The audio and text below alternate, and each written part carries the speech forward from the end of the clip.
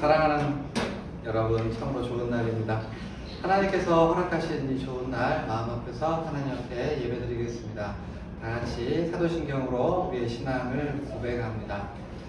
전능하사 천지를 만드신 하나님 아버지를 내가 믿사오며 그의 외아들 우리 주 예수 그리스도를 믿사오니 이는 성령으로 잉태하사 동정녀 마리아에게 나시고 본디오 빌라도에게 고난을 받으사 십자가에 못 박혀 죽으시고 장사한 지 사흘 만에 죽은 자 가운데서 다시 살아나시며 하늘에 오르사 전능하신 하나님 우편에 앉아 계시다가 저희로서 산 자와 죽은 자를 심판하러 오시리라. 성령을 믿사오며 거룩한 공예와 성도가 서로 교통하는 것과 죄를 사하여 주시는 것과 몸이 다시 사는 것과 영원히 사는 것을 믿사옵나이다. 아멘. 사랑과 은혜가 많으시고 은혜가 풍성하신 고마우신 하나님, 은혜와 사랑을 고맙고 감사합니다. 한 주간도 주님의 은혜 안에 거하게 하시고 하나님께서 불꽃 같은 눈동자로 지키시고 보호해 주셔서 하나님 믿음으로 승리하며 살 수 있는 삶이 되게 하심을 감사합니다. 오늘도 복되고 복된 날 하나님 앞에 마음을 모아서 예배드리기를 원합니다.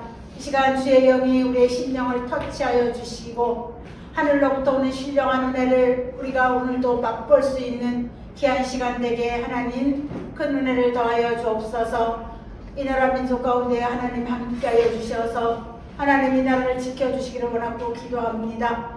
그래서 다음 세대가 하나님이 이 땅을 살아가는 때 좀 더 이렇게 하나님 앞에 가까이 나갈 수 있는 좋은 환경과 여건이 될 수 있도록 하나님 도와주시고 오대무장주의 복음이 활발하게 전파될 수 있도록 우리나라가 그런 사명을 잘 감당할 수 있도록 하나님 함께하여 주시옵소서.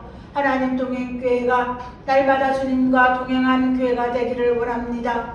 특별히 우리 성도님 가정 하나님께서 동행하여 주시고 하나님 함께하여 주셔서 하나님께서 그 가정의 주인이 되어 주시고 우리가 무엇을 선택할지 하나님 기도할 때마다 하나님 바르게 분별할 수 있는 지혜도 허락하여 주시기를 원하고 기도합니다. 오늘도 이 한 번의 예배를 통해서 우리의 마음과 생각이 하나님 앞에 더 온전해지기를 원합니다. 하나님 이 시간도 그런 은혜를 더하여 주시옵소서. 5월은 가정의 달입니다. 하나님 가정마다 하나님 믿음이 세워지게 하시고 가정마다 하나님의 사랑이 넘칠 수 있도록 축복하여 주시고 하나님 가정마다 생명의 생수가 흘러넘칠 수 있도록 크신 은혜를 더하여 주시옵소서. 오늘도 말씀 전하시는 전도사님 크신 권능으로 붙잡아 주시고 예배드리는 모든 심령 위에 하나님 큰 은혜가 임하게 축복하여 주시옵소서. 예수님의 이름으로 감사하며 기도드립니다. 아멘. 찬양할게요.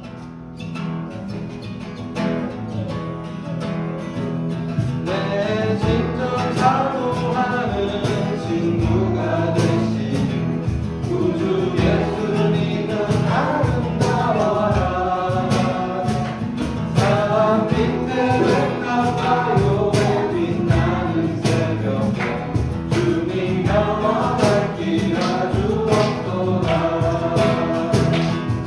내 맘이 아플 적에 그 길로 계시며 나 외로울 때 좋은 친구라.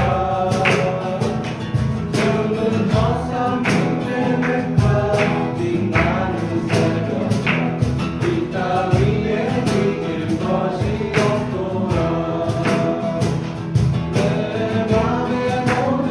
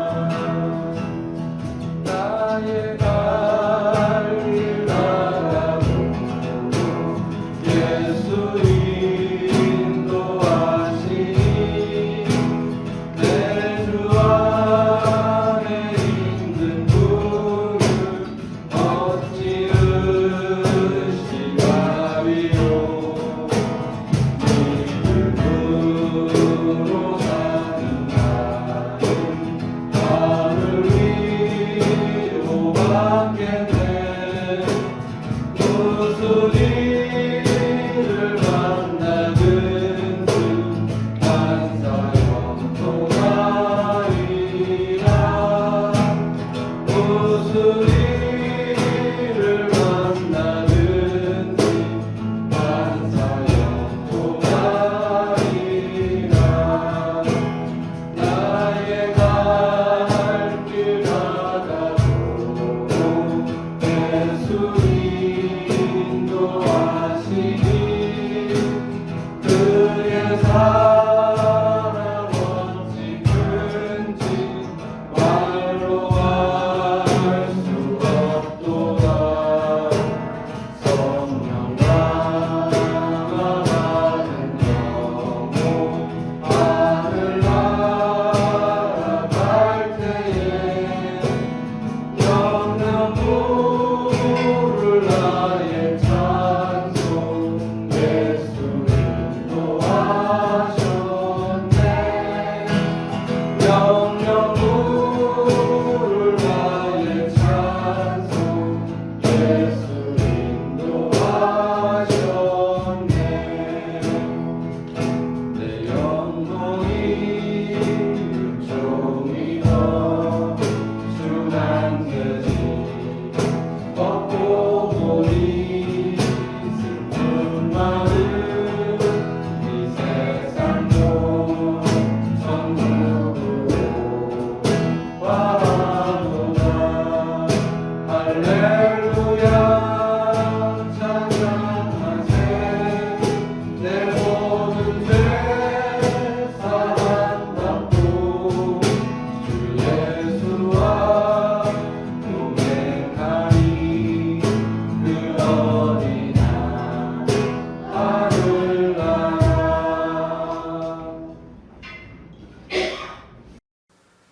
오늘 하나님 말씀은 출애굽기 20장 1절에서 3절입니다. 하나님이 이 모든 말씀으로 말씀하여 이르시되 나는 너를 애굽 땅 종되었던 집에서 인도하여 낸 내 하나님 여호와니라. 너는 나 외에는 다른 신들을 내게 두지 말라. 아멘. 출애굽기는요 총 40장으로 되었는데 그 중에서 1장에서 18장까지는 하나님께서 이스라엘 백성들을 구원하신 이야기입니다. 그리고 바로 이어서 19장으로 마지막 40장까지는 시내산에 이른 이스라엘 백성과 하나님께서 언약을 맺는 이야기입니다. 그러니까 구원하신 다음에 하나님께서는 언약을 맺으셨습니다. 우리의 구원도 마찬가지입니다. 우리가 예수님을 믿어서 구원받는다 뭐 그렇게 이야기를 하지만 실제로 엄밀하게 말하면요 구원을 받았기 때문에 믿을 수 있는 거고요. 구원을 받았기 때문에 하나님의 이름을 부르고 찬양 드릴 수 있습니다. 하나님의 자녀로 살아가는 건 엄밀히 말하면 우리가 구원받았기 때문입니다. 예배드리고 하나님을 섬겨서 구원받는 게 아니라 구원받은 사람이 하나님을 찬양하고 경배하고 섬기고 순종하여 살아갈 수 있습니다. 그런데요, 재미있게도 출애굽기에서 가장 강조되는 부분은 구원받는 이야기가 아닙니다. 오늘 우리가 읽은 본문 바로 20장 1절에서 17절까지 흔히 우리가 십계명이라고 불리는 부분이 가장 중요합니다. 사실 출애굽기뿐만 아니라 구약 성경 전체를 다 통틀어서 가장 중요하다고 해도 결코 과장이 아닌데요. 그 이유 두 가지 근거가 있습니다. 첫째, 하나님께서 구약 성경 유일무이하게 직접 그 음성을 백성에게 들려주심으로 말씀하신 사건, 이것이 유일합니다. 다른 모든 부분에서는 하나님의 종, 선지자, 제사장들을 통해서 말씀하시는데 오직 출애굽기 20장 1절에서 17절 본문만 하나님께서 그 음성으로 이스라엘 모든 백성의 귀에 친히 들려주셨습니다. 왜요? 이 십계명의 내용이 가장 중요하기 때문에 그렇습니다. 우리가 중요한 이야기는 전화나 편지를 하지 아니하고 직접 만나서 대면하여 이야기하지 않습니까? 마찬가지로 이것이 너무 중요했기 때문에 하나님께서는 중보를 통하지 아니하시고 직접 그 음성을 들려주어 말씀하셨던 것입니다. 둘째로 이 십계명이 너무나 중요했기 때문에 말씀하시는 단회적 사건으로 이벤트로 끝내지 아니하시고 그 내용, 즉 십계명의 내용을 두 돌판에, 그것도 하나님의 손가락으로 직접 쓰셔서 법궤에 그 말씀을 보관하도록 하셨습니다. 두 돌판에 적게 하신 이유, 양피지나 파피루스나 나무판에 적게 하지 아니하시고 돌판에 적게 하신 이유, 그것이 영원 무궁토록 중요하기 때문입니다. 어찌나 중요하든지 이 두 돌판이 깨어졌을 때 하나님께서 모세에게 두 돌판을 다시 준비해 오라 하시고, 하나님께서 다시 하나님의 손가락으로 모세가 준비한 돌판에 다시 또 십계명을 적어 주셨던 겁니다. 야 모세야, 너 내용 알지? 십계명 내용 너 외웠지? 네가 직접 거기다 기록해라 하신 것이 아니라 하나님의 손가락으로 직접 쓰셨으니 그 내용이 너무나 중요했음을 보여주는 겁니다. 그러면 생각해 봐야 되겠죠. 십계명이 왜 그렇게 중요합니까? 먼저 기억해야 될 사항이 있는데, 성경 어디에도 십계명이라는 말은 없습니다. 그냥 우리가 흔히 편의상 그렇게 이름 붙여서 십계명이라고 하는데요. 본문 1절을 다시 보십시오. 하나님이 이 모든 말씀으로 말씀하여 이르시되, 그냥 문자적으로 번역하면 하나님께서 말씀들을 말씀하셨다, 이르시되 해서 십계명의 이야기가 쭉 나오게 되는데요. 물론 이어지는 모든 내용들은 명령문의 형태로 되어 있기는 합니다만, 그러나 우리는 하나님께서 말씀하신 말씀들, 하나님께서 말씀들을 말씀하셨다, 그러니까 이어지는 내용들이 단순한 교통법규와 같은 규칙이나 법칙이나 규제가 아니라는 사실을 기억해야 합니다. 규칙은요, 법규는요, 사람의 행동을 문제 삼습니다. 그 사람이 어떠한 사람이냐를 묻지도 따지지도 않고 그 행위가 뭐냐를 따지지만, 하나님께서 말씀하신 이어지는 모든 내용들은요, 구체적인 행동 그 너머에 있는, 즉 너희는 이런 사람이 되어라, 너희는 이런 사람이 되어라, 어떠한 사람이 될 것인가를 다루고 있습니다.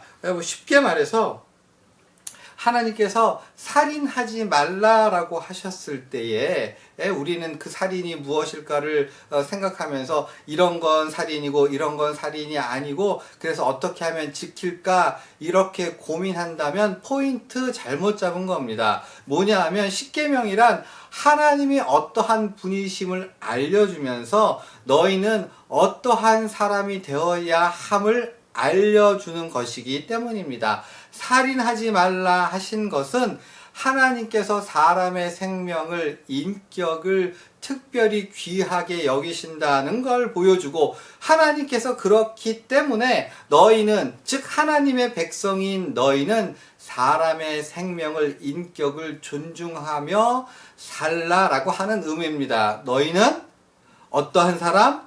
생명을 존중하는 사람이 되라고 하는 말입니다. 간음하지 말라 하셨으니 무엇이 간음일까를 그거를 따져볼 것이 아니라, 하나님께서는 가정을, 침소를 귀하게 여기신다. 그러므로 우리는 어떠한 사람이 되어야 하느냐? 하나님께서 거룩하시고 가정을 귀하게 여기는 것처럼 우리 자신이 거룩한 사람이 되고 과정을 귀중하고 귀하게 삶의 중심으로 여겨서 살아야 함을, 즉 하나님의 어떠하심을 따라서 그 거룩하심을 본받고 가정을 중심으로 사는 사람, 바로 그런 사람이 되어야 함을 깨달아 알아야 하는 겁니다. 그래서 실제로 살인을 하지 않았을지라도 사람을 귀하게 여기지 아니하고, 사람 우습게 생각하고, 사람 만만하게 생각하고, 사람 멸시하는 사람은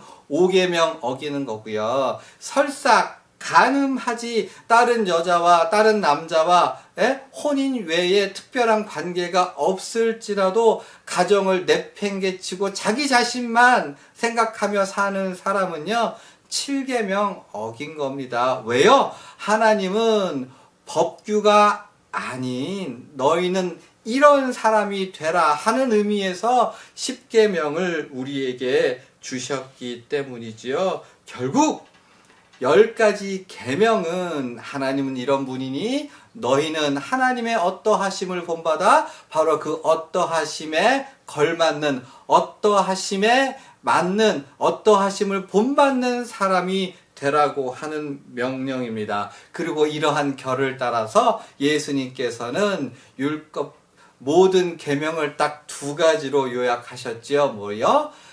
하나님을 사랑하고 이웃을 사랑하라. 즉 하나님을 사랑하는 사람으로 살아가라.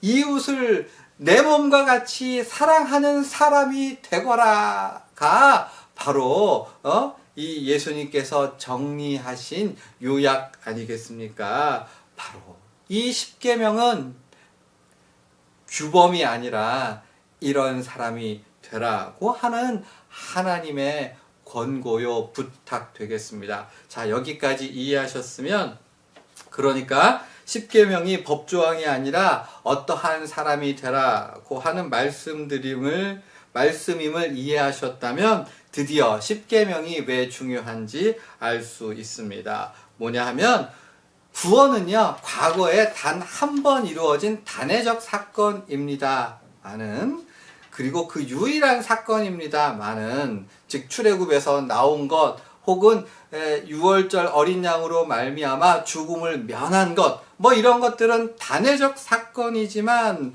그런데 거기 하나님께서는 그 단회적 사건에 머물러 계신 것이 아니라 즉 하나님은 어제의 일을 자랑하고 어제의 일에 매여 계신 분이 아니라 우리와 더불어 새로운 미래를 열어가는 분이신데 그렇게 미래를 열어가기 위해서 주신 말씀이 10계명입니다. 3절을 다 같이 읽어보시면요. 너는 나 외에는 다른 신들을 너에게 두지 말라 하셨습니다. 다시 번역하면 나의 얼굴 앞에서 혹은 나의 얼굴을 대적하여 너에게는 다른 신들이 있을 수 없다. 원문에는 얼굴, 즉 나의 얼굴이라고 하는 표현이 사용되고 있습니다. 이제 이스라엘 백성들은 어떻게 살아갑니까? 하나님의 얼굴을 마주보고 살아간다는 것을 전제로 한 말씀입니다. 즉 애굽에서는 많은 신들을 이방 신들을 섬기는 백성들 가운데 살았지만 하나님께서 이집트에서 백성들을 데려오신 다음에 가나안에서 너희끼리 살아보라 라고 하신 것이 아니라 이제 가나안 땅에서는 내가 그 가운데 좌정하여 더불어 함께 살겠다. 얼굴을 마주보고 살 거다. 그러므로 그러한 세상에서는 너희가 나의 앞에서 산다는 걸 인식하고 나의 어떠함을 본받아서 하나님의 백성 거룩한 제사장으로 살아야 함을 하나님께서는 말씀하신 거죠. 쉽게 말해서 너가 이전에 그러니까 처녀가 혼인을 하기 전에 이 남자도 만나 데이트하고 저 남자도 만나서 데이트하고 다 괜찮지만 한 남자를 골라 혼인하고 한 집에 살면서 그 남편의 얼굴을 마주하며 살아가는 동안 그 집에서는 다른 남자 끌어들이는 일은 결코 있을 수도 있어서도 안 되는 것 아니겠습니까? 마찬가지로 이제 이스라엘 백성이 가나안 땅에서 살아가게 될 때에 그 가운데 바로 여호와 삼마 하나님께서 그 가운데 계시고 그 얼굴을 우리가 마주보고 살아가는 거룩한 공동체로서 그 속에는 하나님 외에 다른 분이 하나님 외에 다른 것이 있을 수 없다. 오직 하나님 한 분만 다른 의지가 있을 수 없다. 오직 하나님 한 분만 그 하나님이 나의 삶의 모든 문제를 해결해 줄 것이다. 너의 남편도 의지할 수 없고 자녀도 의지할 수 없고 아내도 의지할 수 없고 사람의 의지는 오직 한 분 여호와 하나님 한 분이다. 너는 당연히 그렇게 삶으로써 너의 미래를, 하나님과 함께하는 미래를 열어가야 한다. 그거죠. 하나님은요, 하나님의 영광을 결코 다른 존재에게 빼앗길 수 없고, 하나님은 하나님의 영광을 다른 존재와 나누지 아니하십니다. 바로 그리고 그 근거가 바로 오늘 우리가 봉독한 2절이죠. 뭡니까? 그 근거, 우리가 하나님만을 하나님밖에 없습니다라고 하는 삶을 살아야 할 근거가 2절에 나오는데, 하나님은 이집트에서 구원하여 주셨고 노예 신분에서 구원하여 주셨기 때문입니다. 그러니까 우리가 하나님의 어떠하심을 본받아 살면서 하나님을 예배하고 하나님을 섬기고 하나님께 순종해야 되는 이유는 가장 근본적으로 그렇게 하면 우리가 복을 받아 잘 먹고 잘 사는 것이 아니라, 이미 우리는 하나님의 백성으로 살아가기 때문에, 하나님의 백성, 천국 백성임을 보장받았기 때문에, 인치심을 받았기 때문에, 우리는 그렇기 때문에 이미 받은 은혜와 이미 받은 구원과 이미 받은 구원 때문에 우리는 하나님을 본받아 살아야 하는 것이죠.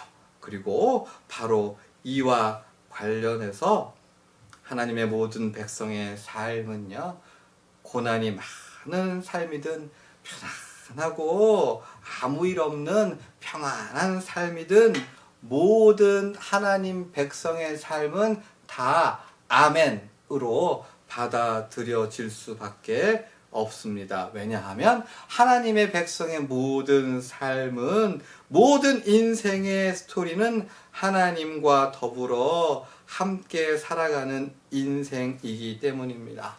우리는 하나님의 백성으로, 하나님의 구원받은 백성으로서 천국 백성으로 살아가고 하나님의 얼굴을 바라보며 살아가는 사람은, 그 사람은 하나님의 어떠하심을 우리의 인생으로 보여주고 드러내는 사람입니다. 우리는요, 하나님의 어떠하심을 본받아 살며 그리스도의 편지, 그리스도의 향기, 그리스도의 텔레비전, 그리스도의 유튜브 방송이 아닐 수 없어요. 우리는 하나님과 세상, 하나님으로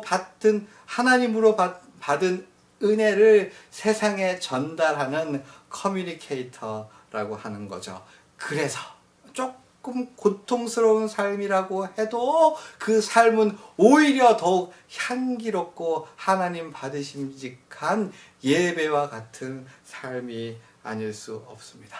삶이 비록 만족스럽지 않고 삶이 우리를 속인다고 할지라도 하나님의 백성이라면 아멘 하고 감사로 살아갈 수 있는 이유, 하나님 우리 가운데 계시고 우리를 통해서 하나님의 어떠하심을 드러내는 분이시기 때문입니다. 그러므로 우리의 인생은, 우리의 삶은 사람이 보기엔 어떨지 모르지만 하나님께서 특별하게 만드셨음을 믿고 믿음으로 살아내는 저와 여러분 될 수 있기를 바랍니다. 아멘.